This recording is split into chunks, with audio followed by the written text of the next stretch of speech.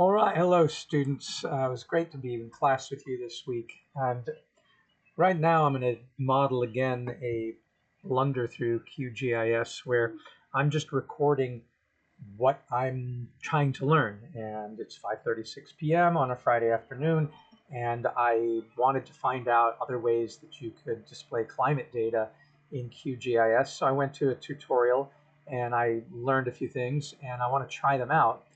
What I learned is that there is a website called WorldClim.org that has data, historical climate data, and there's not a lot of information out there on the best way to use this, but I gathered that they're all GeoTIFF files, so they're rasters in a zip, and there's one for each month of the year. It doesn't say what year. It says from 1970 to 2000. It's a long time. Oh, wait a minute. Sorry. It was released in January 2020. Well, that still doesn't tell us if there's one for each month of the year, then what year did they do? And it doesn't seem like it's all the years. That would be 30 years worth of data. A lot of people are doing the average temperature to see if the climate is warming in that time. And some people are using the 30 arc second spatial resolution. 10 minutes would be 340 kilometers. So I like to use it. It's a lot more data, but I like to use the smallest resolution possible. So what if we took the average temperature from here, the temperature average 30s, and let's see how long it takes for that to go down. And you wanted to correlate it with precipitation to see if rainfall is increasing or decreasing. So we would take that and get that. And then we also wanted to correlate that with wind speed, because California's wildfires are certainly being exacerbated by the Santa Ana winds whose speeds exceed anything apparently that we've seen historically. So we have that we get there. And then there's bioclimatic variables averaged, and I won't look at that just yet. Then for reference, they have the elevation data. So that would be the digital elevation. These are from SRTM, which is the Shuttle Radar Topography Mission. And I guess we could do the elevations. I mean, really, why not also get the bio and just see how we would display that. So that's historical climate data. That also the website has historical monthly weather data, which they have from 1960 to 2018. And so these are temperature maximum and minimum and precipitation. We can get to that later on. There's the 5-minute, 10-minute, and 2.5 minutes, so much more high accuracy. The 2.5 minutes is 21 kilometers. So we could look at that once we've started playing with this data. And then there's this future climate data, and you have to deal with the advertisements. But it's not bad at PV design tool. Yay. Future climate data, and this climate data downscaled future climate projections and monthly values of minimum temperature processed for 23 global climate models, GCMs, and then 4 shared socioeconomic pathways. Now, where do you get it? You can look at the maps of the climate analyses here, but you can get available, there's 30-second stuff. Oh, I see. You click on that, and then you can access these various, I guess these are various protocols or satellites. There's Earth-3 vegetation. It's not telling us what these all are. And of course, this is where I would go immediately to ChatGPT, because it exists, and it's better that we use it and get accelerated in our problem solving than somebody making cookie recipes.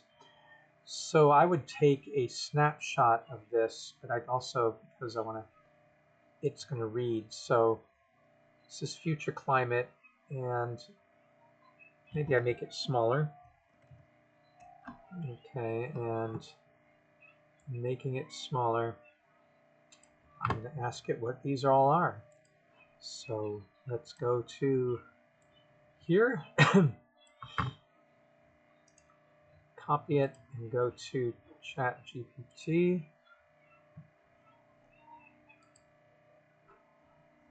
I need to verify that I'm human, and it's not. And then I'm going to say, well, first I'll paste the image and say, hi chat, I'm playing with WorldClim.org data for the first time, and I found this page of future climate data, and I'm not sure how to use it yet. Could you explain to me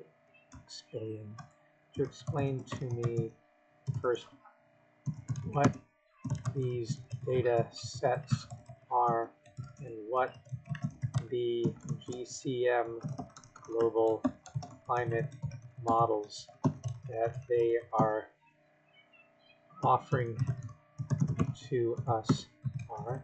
What do these names mean? How do they differ? How can they be used? And what is TMTXPRBC and all that? And let's just see what chat can do with this information. We don't need to ask somebody in an office hour. So it's going to say, great, you're diving into WorldClim's future climate data, which is based on CM1P6, Coupled Model Intercomparison Project Phase 6. Coupled Model Intercomparison Project Phase 6. A set of global climate model simulations, GCMs, used for climate change research. GCM, global climate models, are numerical models that simulate Earth's climate system, helping us understand how climate variables, temperature, precipitation, etc. will change in the future. Future climate data, the projections are downscaled climate variables, meaning higher resolution versions from the CM1P6 models, the Coupled Model Intercomparison Project Phase 6. Time periods, climate for multiple periods, 2021 to 2040, 2041 to 2060, etc. SSPs are shared socioeconomic pathways, climate change scenarios based on different greenhouse gas emission trajectories. SSP 126 is low emission scenario. Yeah, like that's going to happen under the new administration. With strong climate mitigation, doubt it. SSP 245, moderate emission, not likely to happen in the US, maybe in Europe. SSP 370, high emission scenario with limited mitigation, sounds like us. And SSP 585, a worst case, very high emission scenario.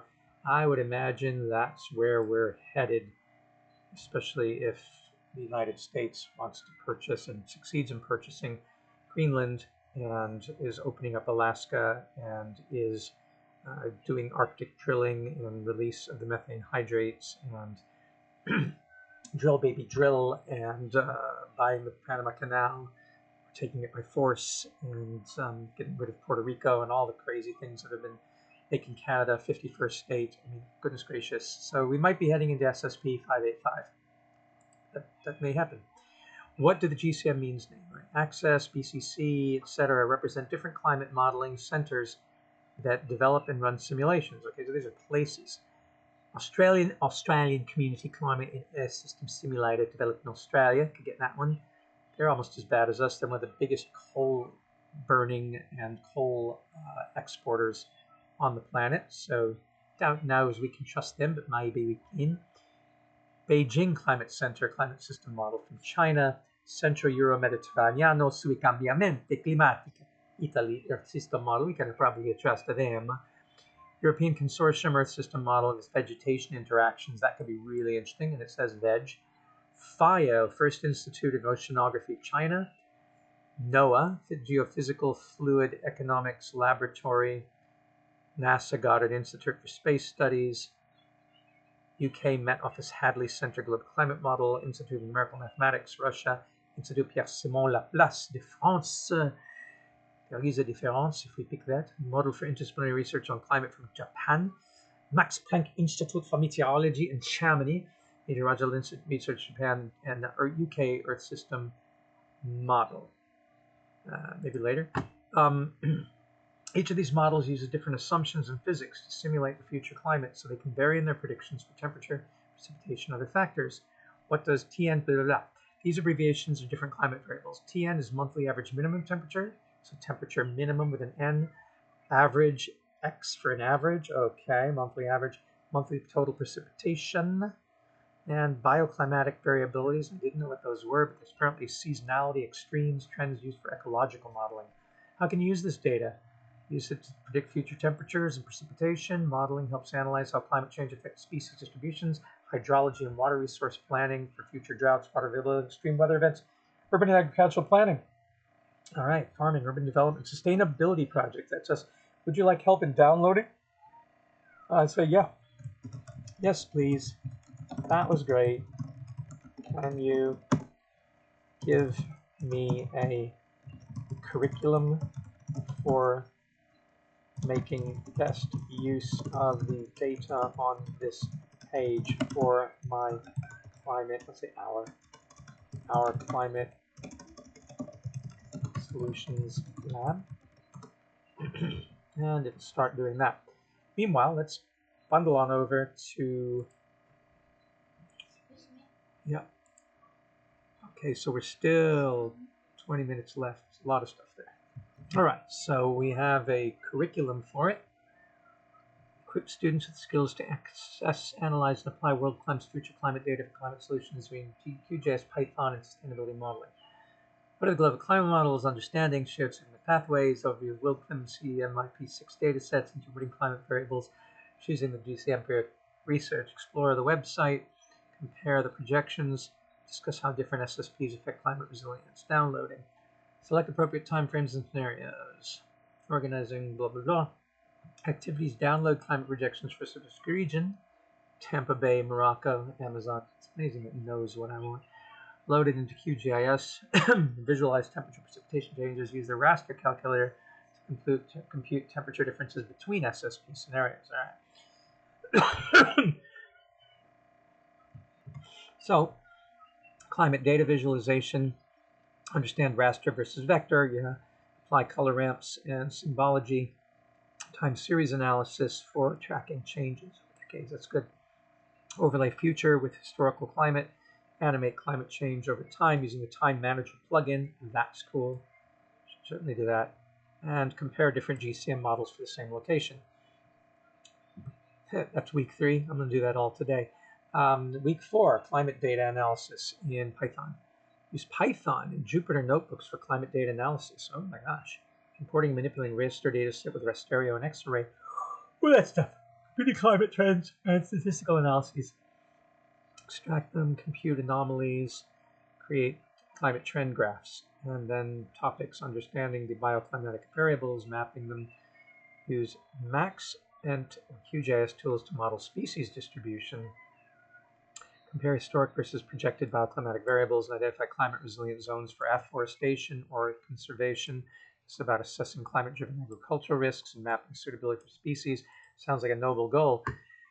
Climate risk modeling, heat waves, droughts, and floods, future projections for coastal cities and water resources, looking at climate vulnerabilities and solutions. So we're going to get street heat stress zones mapped, identify regions at risk of drought, develop adaptive solutions for communities, how to integrate climate data and real-world projects. Of course, it knows I really want to do that.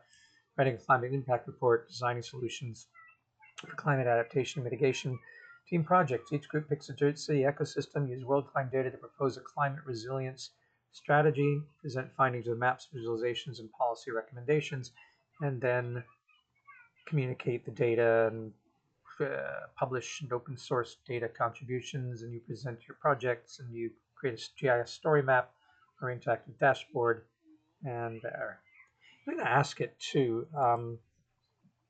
And I guess I do need to get these libraries, rasterio, Xarray, pandas, and matplotlib that I've never worked with, Time Manager, Processing Toolbox, and Raster Calculator, and WorldClim API, data portals, climate resilience reports, and case studies. So this is great. By the way, I've been teaching cesium ions geo story mapping and have used Arc Story Map. How does one create a QGIS story map, and it'll tell me that since you've been teaching cesium ion geostory mapping in ArcStory, I find QGIS a bit different but still powerful. It doesn't have a built-in story map feature, but you can achieve it using QGIS plugins like QGIS2Web, Atlas, and QGIS3JS. Well, I have been teaching. Last night we looked at QGIS23JS to produce the three-dimensional animation visualization that we did of Patel College from the data that that our student was Kelly Swanson-Obando was able to bring down. So cloud-based mapping, MapStore, GeoNode, LizMap, and this leaflet or open layers. Everybody's been talking about open layers. So let's see. Install the QGIS2Web plugin. Well, I guess I should go and do that. Let's see, by the way, how far down are. We're still a long way from having our data. So yeah, let's go and install this plugin, which is, I don't already have it. Okay, so QGIS2Web.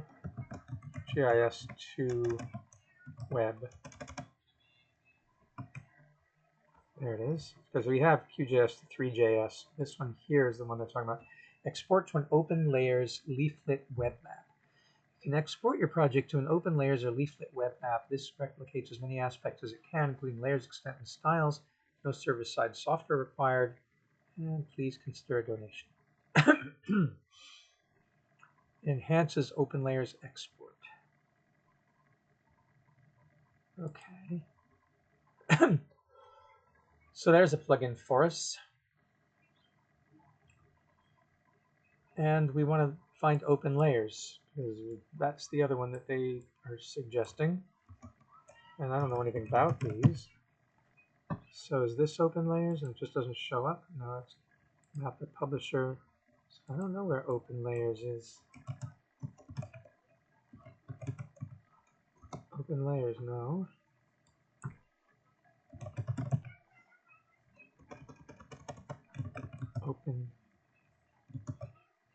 Open log.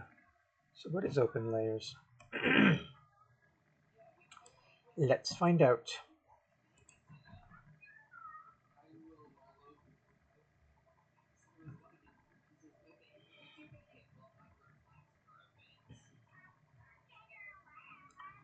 Need a fast and easy web map? Use QGIS2Web. Want a multi-page PDF style map series? Use Atlas. Want 3D like cesium? Use QGIS. That's what we did last night. QGIS3JS.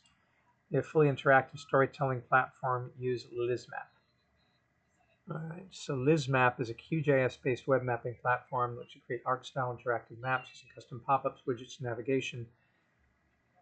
Install LizMap, publish your project, configure interactive panels, and then share the public URL. Best for advanced web maps with interactive storytelling. Well, let me take a look at LizMap, see if there's a plugin for it.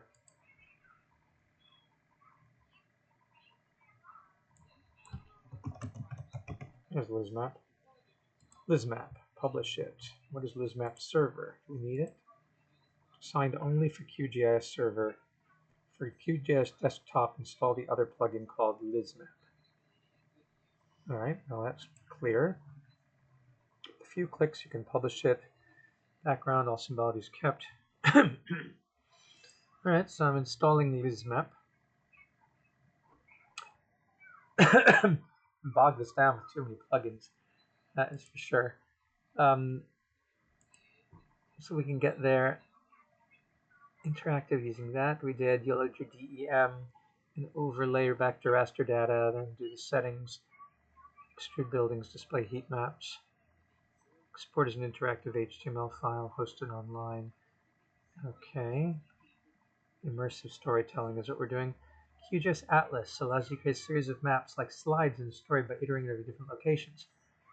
Enable Atlas generation and select a feature layer. Design a layout with text boxes. Export as a PDF for HTML to be used in a web-based story. That's for static presentations.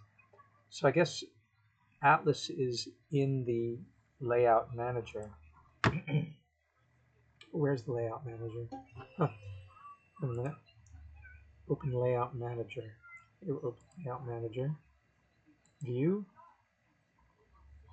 Edit. Settings. Processing. Model designer. History. Web. Here's LizMap. Where is layout manager? Create layer. View. Panels.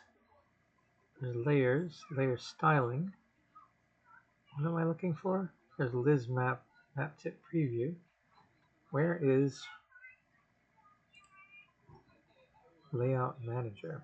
We'll look for that in a second. QGIS to web is the first thing we put in. So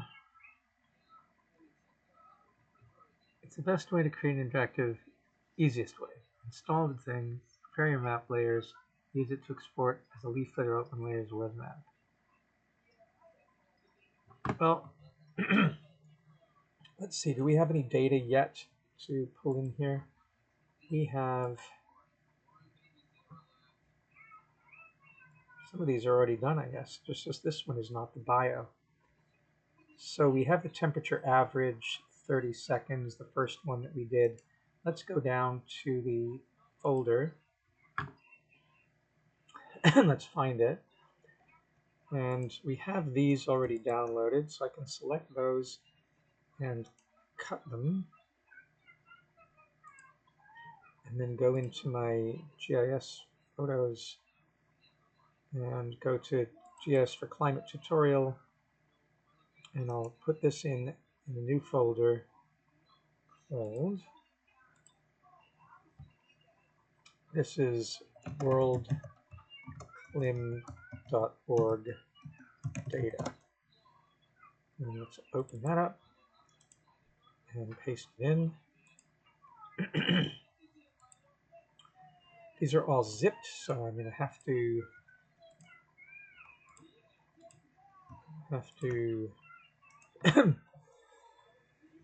extract all. And that's going to take some time. Let's go back to here. Let's go back to here.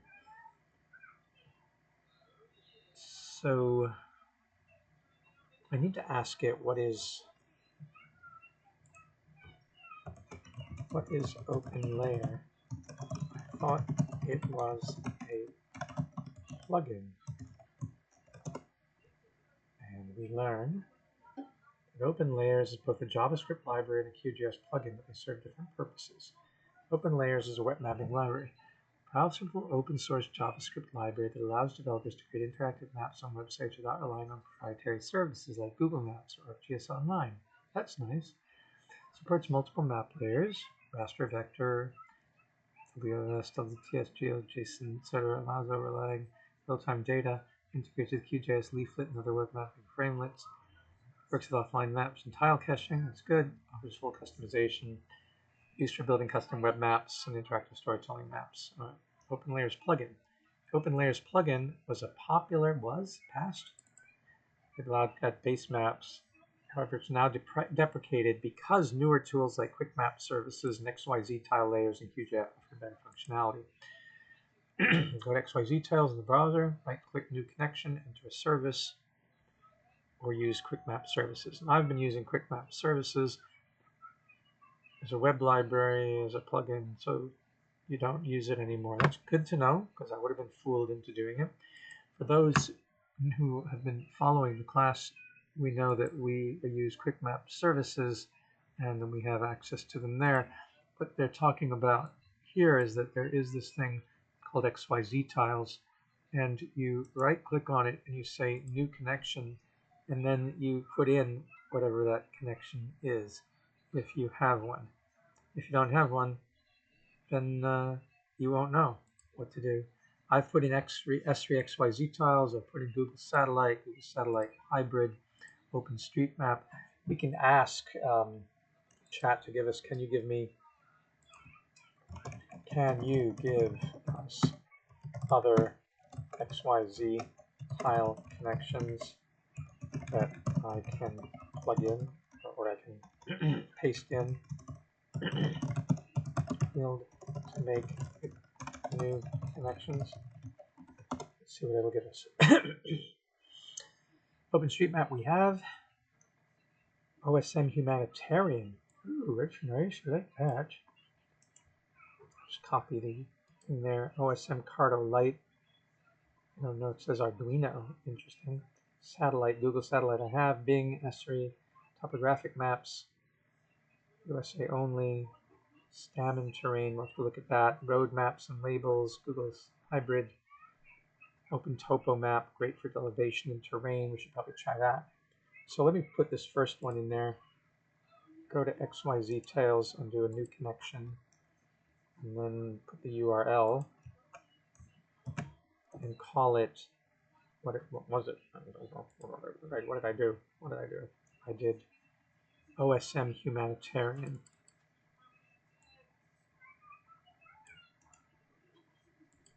So many things to play with here. So go in here and call it OSM Humanitarian. And don't know if it needs authentication or not. So there is Humanitarian. If I drop it on, what does it do? A whole lot of nothing. Well, oh, maybe it's just thinking. Thinking, Lincoln. You're thinking hard. You're thinking hard. What's going on over here? Everything's fine. Right, you're thinking hard and you still ain't done nothing. Now we can, meanwhile, scroll down and look at topographic maps, scheme and terrain, what that does. But great for elevation and terrain. We probably want that open topo map.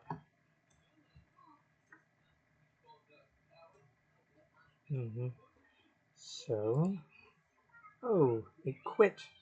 It just completely crashed. That's a pain. I don't know why, but it did. A burden on the system. Let's see, meanwhile, how close we are to our fifth thing. 20 minutes left to get the biological information. Lordy, lordy.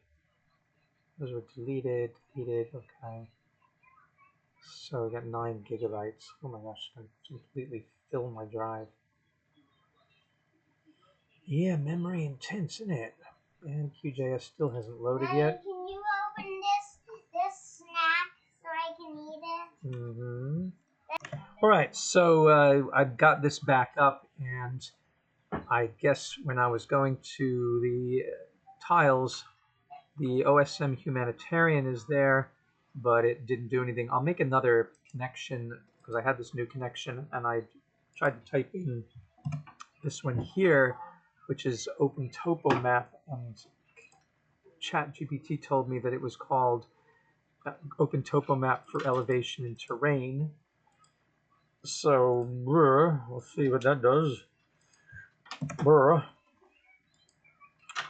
And then when we go back to here, if we start a new empty project, gotta get rid of some of these things. All right, so now if I do the Open Topo Map Arduino, yes, that's the one that I have here, that one, and drop it on, see how long it takes to come up with something there. I don't see anything.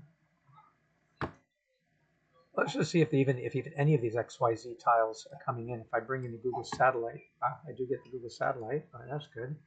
But I ain't getting anything on top of it, or am I? Let's see. Nothing. So maybe there's no connection made. Let's remove that layer. Let's do OSM Humanitarian. See, will it crash it or will it actually work? Yeah, it's bringing. You have a British woman French class? No, students. Yeah, external students. She's from London in the French class. She doesn't like London. Who likes Florida? So there's nothing in OSM Humanitarian that I can see unless it just hasn't loaded yet. Sometimes you just have to wait. I mean, OpenStreetMap will for sure come in. Yep, there's OpenStreetMap. That always comes in, and that's useful. So that's one way you can get maps in under XYZ tiles, and that's worth knowing. But we are looking also at, you can bring in stuff from Quick Map Services. So we have that possibility. But what did we just bring in? What was, oh, well, we have this data that we do want to bring in. And that data may have downloaded now. Let's go look and see. Well, that one is almost done, but the other ones are in the folder. And so there they are. And only one of them unzipped. That's interesting. So that one unzipped, but it didn't unzip this one. Maybe I have to do one at a time. So this is precipitation. And then I would have to do elevation. I've got precipitation, and I've got the temperature average, and I need the wind. So let's get that one extracted. And wait for that. And then I've got precipitation, temperature average, wind, and elevation. So let's extract that one. And all this was future stuff, I believe. I think that's what I did. I'll have to review this video to see because I've forgotten.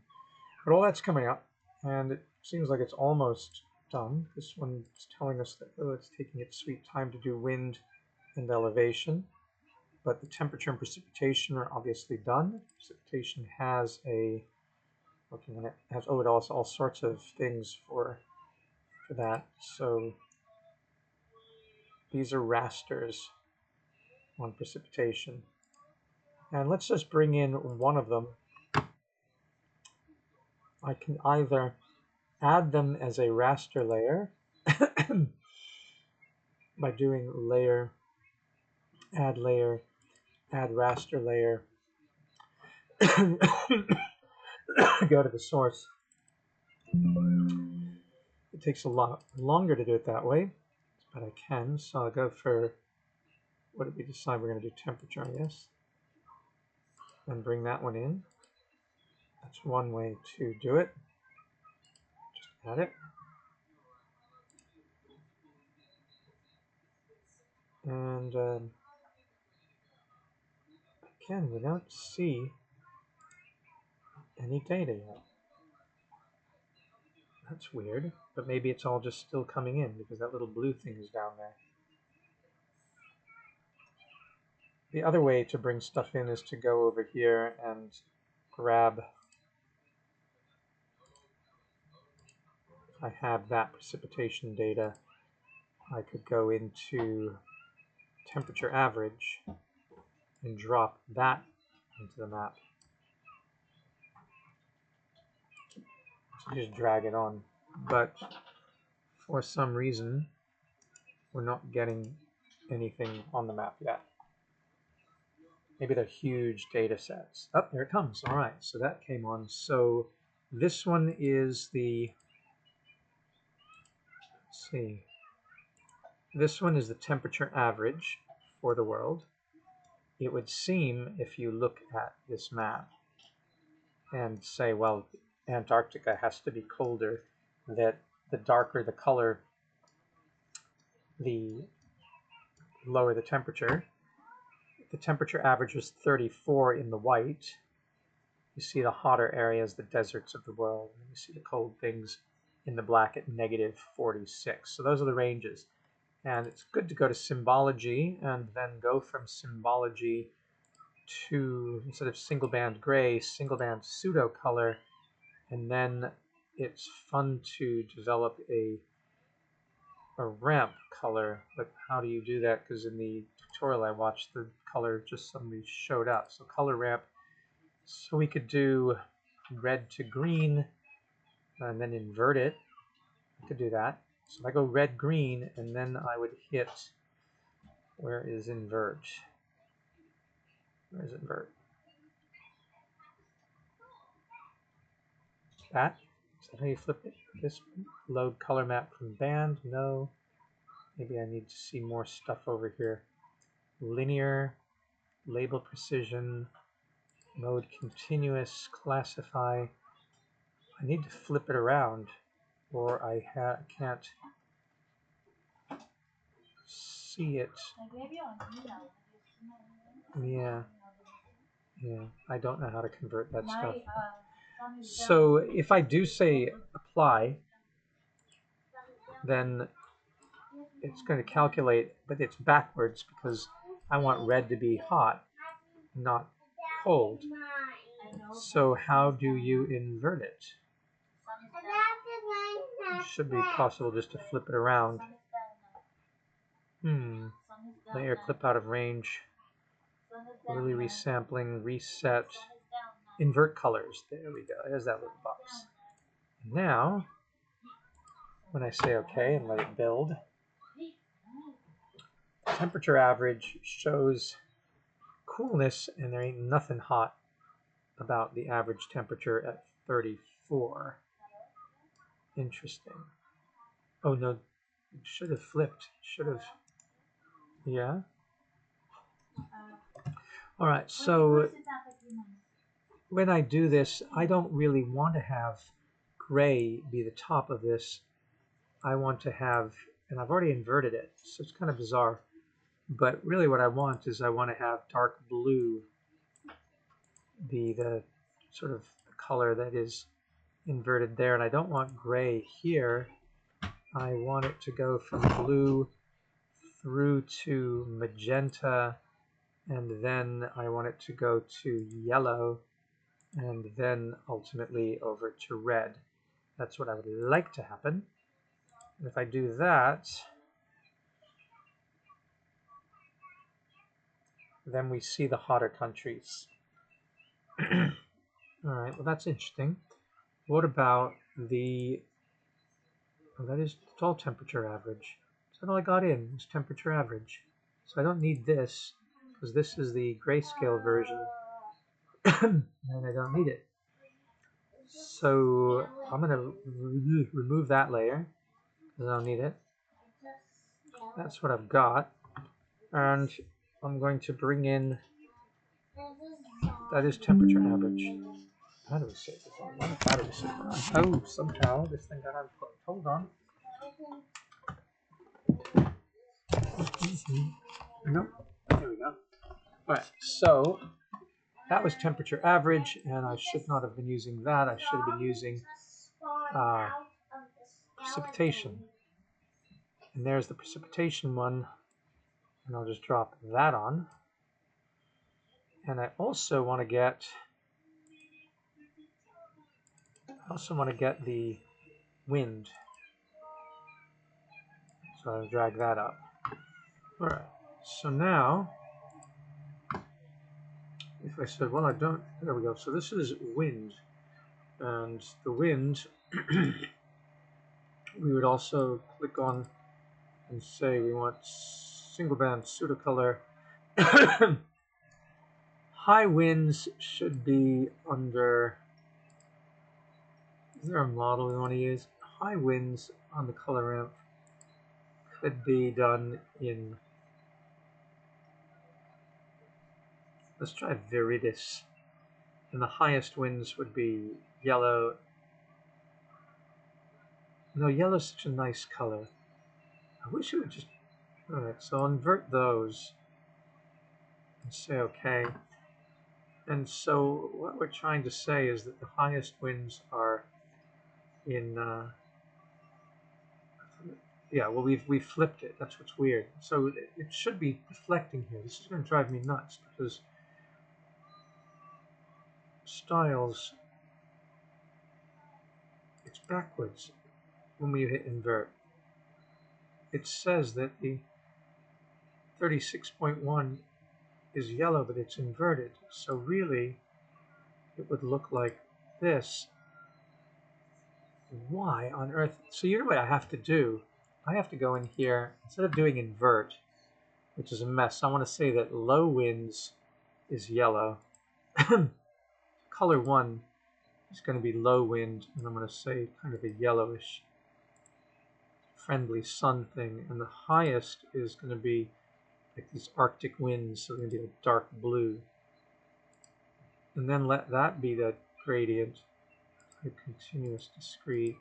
So I get all these stops in there, and that's really icky.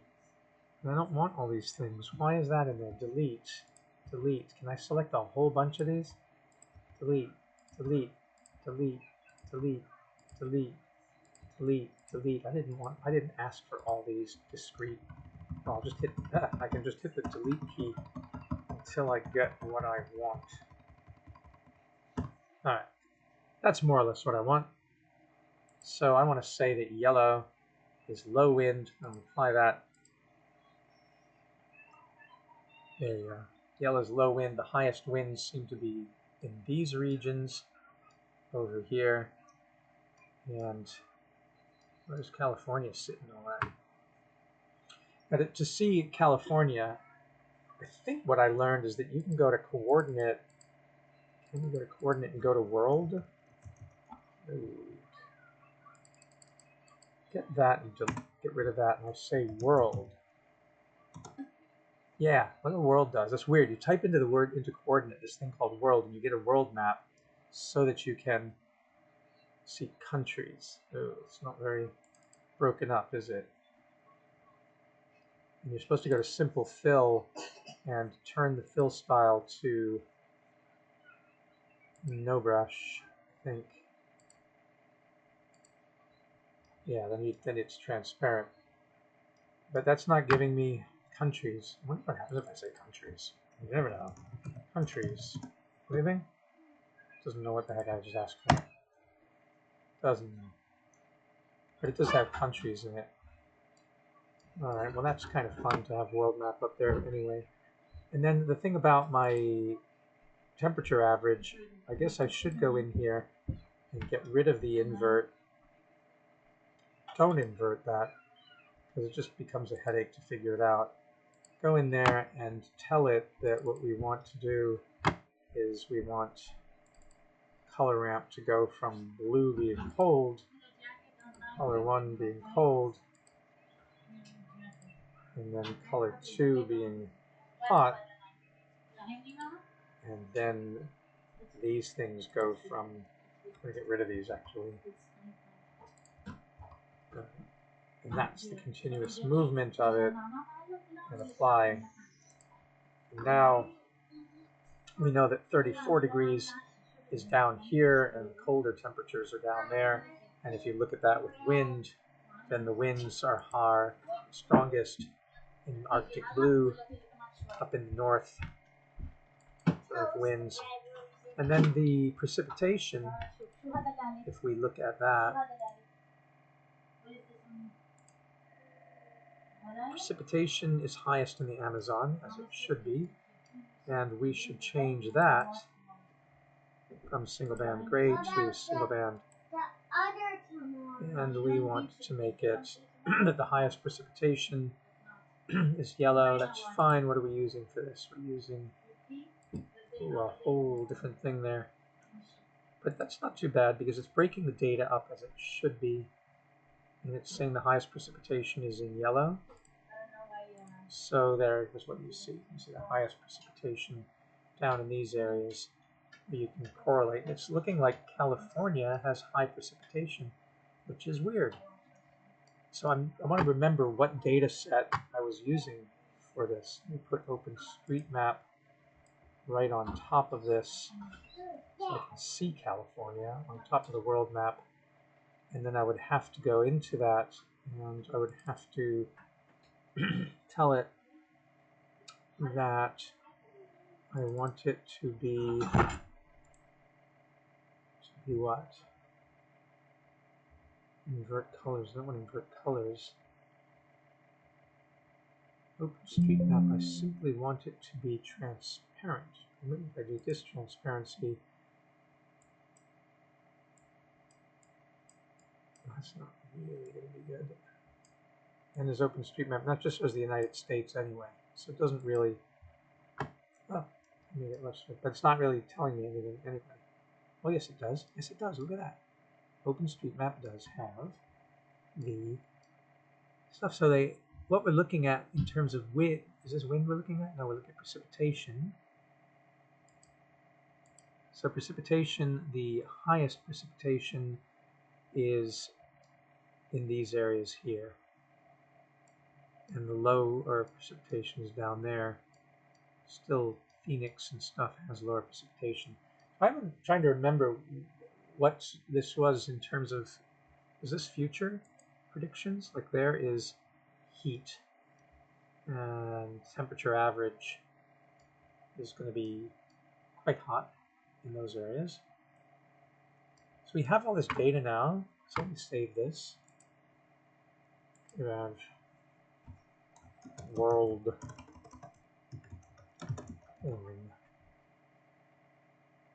And do it in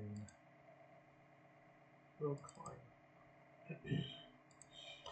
Probably by this point, all of our biological data is in finally. It is. So let's go that. And let's take this. That's the download history. Let's go to the folder. And let's cut that. And let's then go to our GIS for climate, go to World Climate Data, drop this in, and unzip it. It's a lot of gigabytes of data. Wow. Holy moly. So, at any rate, we have this map right here that shows California, and we wanted wind, so let's put on wind and turn off temperature. And the wind is projected to be very low. Is that true for Los Angeles? There's Santa Rosa. Go down to Santa Maria, come down to Oxnard, Inglewood. So there's LA. And wind speed there, we don't want that. Just want wind speed. Maybe we should change to exaggerate the color of this. And symbology, this one transparency is all the way up, which is good. Symbology, single pseudo color. What if we make it much darker? If we say like low wind speed is nice and sort of pale like that, which is great, but this color here is really, really dark, so we can see it better. And then what if we say that we want to, there's the break points there. Continuous equal quantile. I guess continuous is what we want. So we're not seeing a lot of high wind speed on this map. Not at all. Except down in here, Tierra del Fuego. There's high winds there. There's higher winds there. But of course, there are high winds in California, so I'm not sure about that. But let's now add the. Hopefully now that still is not finished extracting. Let's go what QGIS was telling us about, what ChatGPT was telling us about going out and using QGIS to web. So QGIS to web, must be on web.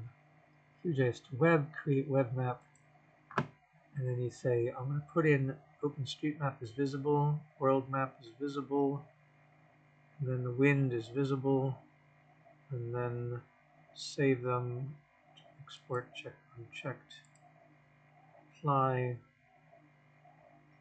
You can do either open layers or leaflet, and you appearance, title, none, upper right.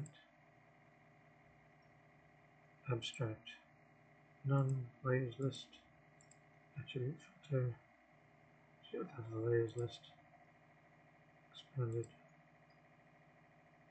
Layers list would be something. Export key. I don't know. Never tried it. And then you export it. And what do you get? We will find out. And drink to that.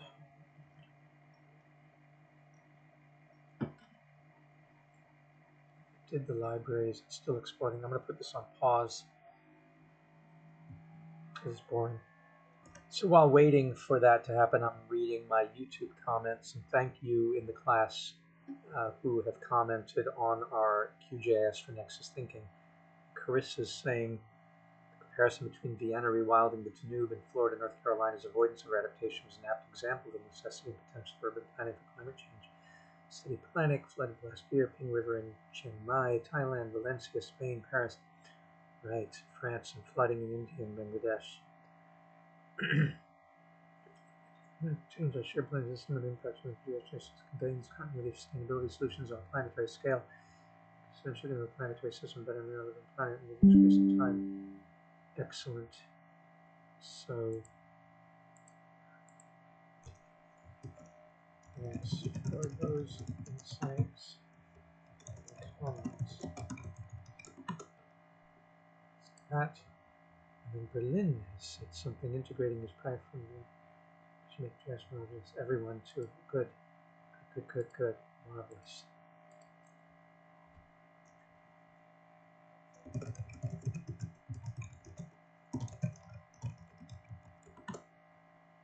You know, so you're going to keep up with that, and of course, students can get credit points for these points that were made, which is great.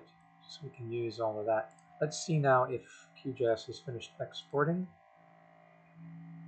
It has. So it must have. It just keeps bouncing back for some reason. It doesn't want to stay on that.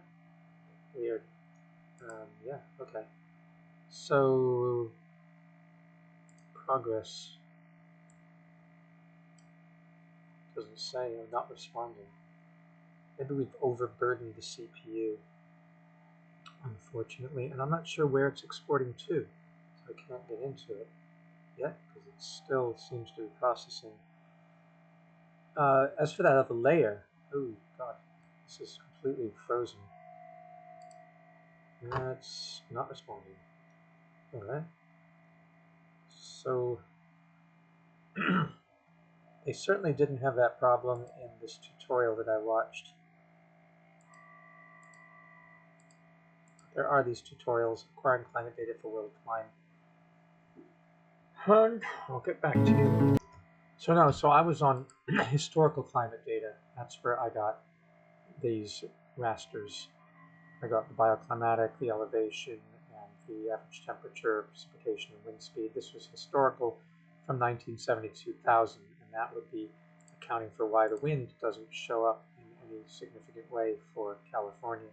You have to look at the future scenarios to see that, and until my QGIS stops freezing, there's little I can do to get to it. It seems like it's almost done. Boy, does it take a long time. So not so fun. Maybe it's my CPU speed, maybe it's my hard drives are full. It's a huge data set because I went with 30-second stuff, so it's really detailed. And so as it maps it out, it's just processing a tremendous amount of data. So gotta still wait on that. This gives me a moment to check the class and look at stuff that students are saying. Wonderful thing from Dave Chappelle, and great thing from Mark Petz, who really, I love this, arguing that windmills are much more beautiful than oil rigs.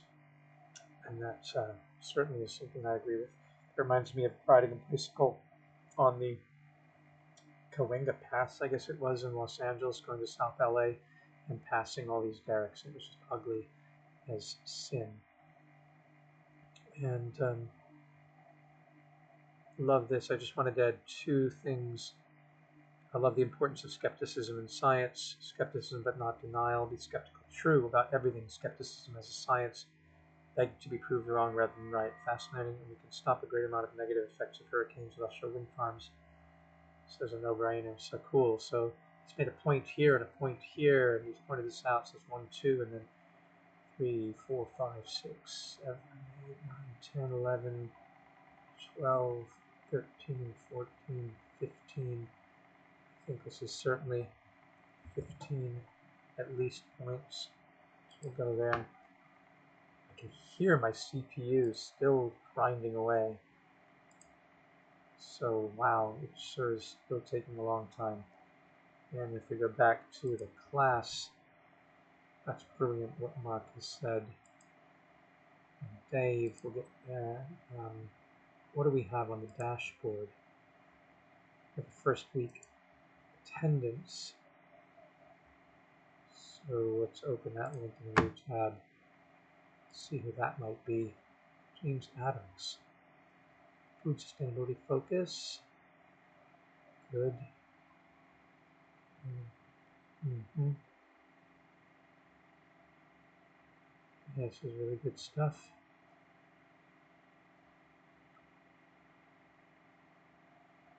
Looks like it's not 10% raise rate. Yeah, so I've already looked at this. Okay, cool. So Mark's thing, Kelly, Senza, James, Mark. Okay, so we got that. And module 1. Oh, it's blinking. Maybe it's finishing up here. Yeah, looks like it. And then, oh, what did it do? So did it create a web? It did, and it opened it up. And there's supposed to be a map here, QGIS to web, and I don't see anything. So that's crazy. Why am I not seeing anything here? Wow, all that time and we get a web thing and it's a failure. Well, this is good modeling for y'all. If you spend all this time working and you get no result, at least you've recorded your progress, because we've been recording here maybe for over an hour. I'm not sure, it doesn't say. I'll know when I finish the recording. And I got nothing, but I put in the time and you see what I did, and we can go back and figure out what went wrong.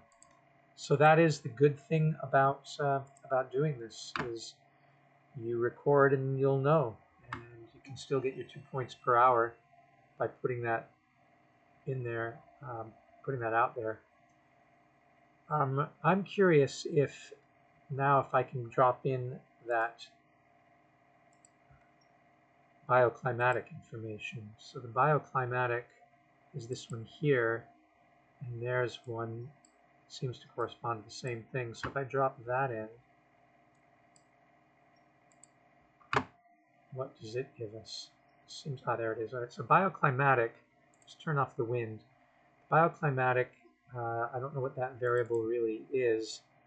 I'm going to make it a false color, pseudo color.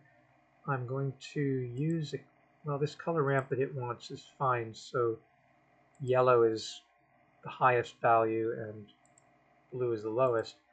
So I've got this bioclimatic map. What does it mean? So that's where I can end up tonight, by asking ChatGPT. Can you explain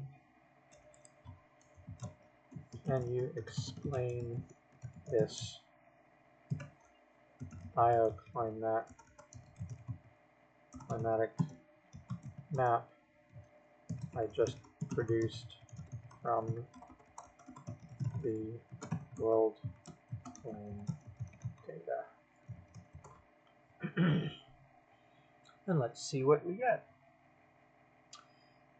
Okay, looking at raster as a bioclimatic variable. color gradient from blue cooler to yellow. The legend suggests displaying numerical values likely of temperature, precipitation. You have other spatial bookmarks at the bottom. Identifying your layer names Bio 1. Annual mean temperature. Presents the average temperature for a location over the course of a year. Helps in climate classification, species distribution modeling, and agricultural suitability analysis. Annual precipitation is Bio 12. Bio 4, temperature seasonality. Bio 15, precipitation seasonality. Probably using annual mean temperature across North America. Blue regions, the Rockies, cooler mean annual. Yellow-green, warmer, high elevation zones appears cooler pockets. Click on it, check minimum maximum values, apply better color maps, Vitis or Viridis for better contrast. Use the identify tool to get exact values. You can add different layers, load future layers, and then compare it with these, the future things with the current one. And that's really the next thing we're going to do is get the future data. So I've got to go and get not historical, which is what I was on, but I need to go to future climate data, and I go to the same 30-second things, bring up an advertisement. I really would be interested in, for the next 20 years, I want to know the social thing and the worst thing. So let's go back to what it said these things mean. It was way up here. So I would use probably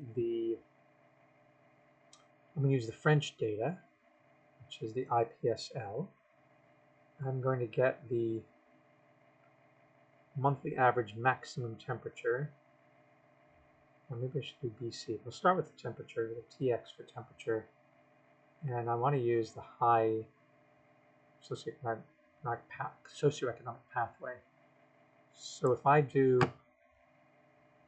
GCM and I use this one here, which is the worst, right? That's the socioeconomic pathway 585, or I'll just do the high emission scenario. We know that's going to happen. We know we're not going to get in the United States low emission, not going to get moderate, not under the Trump administration, Elon Musk and all the climate deniers. And so we're going to get either high or worst case, but we'll try this to be just conservative, SSP 370, before we push the panic button. And we will go then to the temperature maximum. I think that's what that was, right? Temperature, monthly average maximum temperature. And so we're going to go for the medium one. It's going to be monthly average maximum temperature. Oops, I used the wrong one. I wanted to use the IPSL, the French data, because I like French. Put that one in there.